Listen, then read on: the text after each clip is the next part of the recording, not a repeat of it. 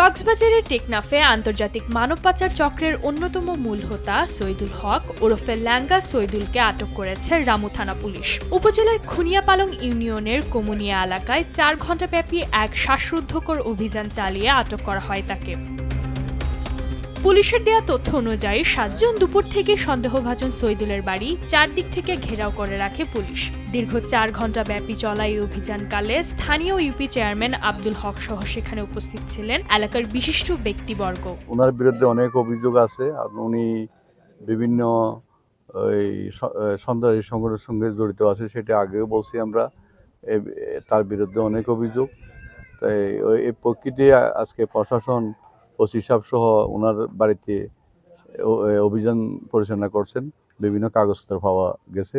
উনি মানব পাচারের সঙ্গে অনেক কাগজপত্র পাওয়া গেছে। ওগুলো নিয়ে আমরা উনি যে বিভিন্ন সংগঠনের সঙ্গে জড়িত, সন্ত্রাসী সংগঠন সহ বিভিন্ন মানব পাচারের সঙ্গে ইয়েবার সঙ্গে জড়িত, এগুলো আমরা প্রমাণ সহ পাওয়া গেছে। এগুলা নিয়ে আমরা ওনার বিরুদ্ধে আইনত ব্যবস্থা গ্রহণের জন্য আইনত ব্যবস্থা গ্রহণ করবো বলে আশা করি আছি।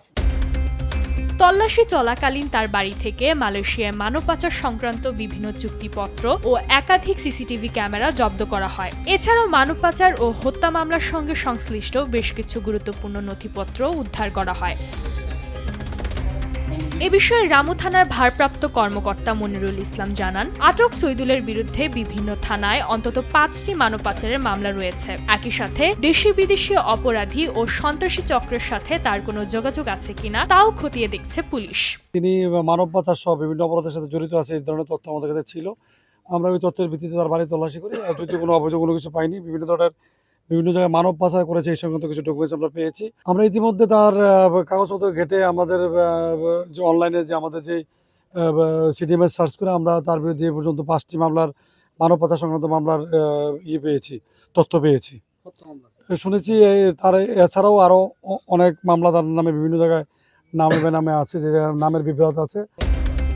স্থানীয়রা বলছেন, সৈদুল হক 2 পা হারানো একজন শারীরিক প্রতিবন্ধী ব্যক্তি হলেও তার জীবনযাপন ছিল অত্যন্ত বিলাসবহুল। টেকনাফ ও রামু সহ বিভিন্ন এলাকায় তার একাধিক বাড়ি, ফ্ল্যাট ও দামি গাড়ি রয়েছে বলে তথ্য পেয়েছে পুলিশ। কেবল তাই নয়, নিজের নিরাপত্তা নিশ্চিত করতে এবং আইন শৃঙ্খলা রক্ষাকারী বাহিনীর নজর এড়াতে নিজের বাড়ির ভেতর ও আশেপাশের সড়কগুলোতে বসিয়েছিল অসংখ্য সিসিটিভি ক্যামেরাও। প্রতিবন্ধকতার আড়ালে এই বিলাসবহুল জীবনযাপনের মূল উৎস মানব পাচারের কালো টাকা বলেই ধারণা করছে প্রশাসন। আরও জানা যায়, রোহিঙ্গা ক্যাম্পের সহযোগী নুরুল আলমকে সাথে নিয়ে শক্তিশালী মানব পাচার সিন্ডিকেট গড়ে তোলে সৈদুল হক।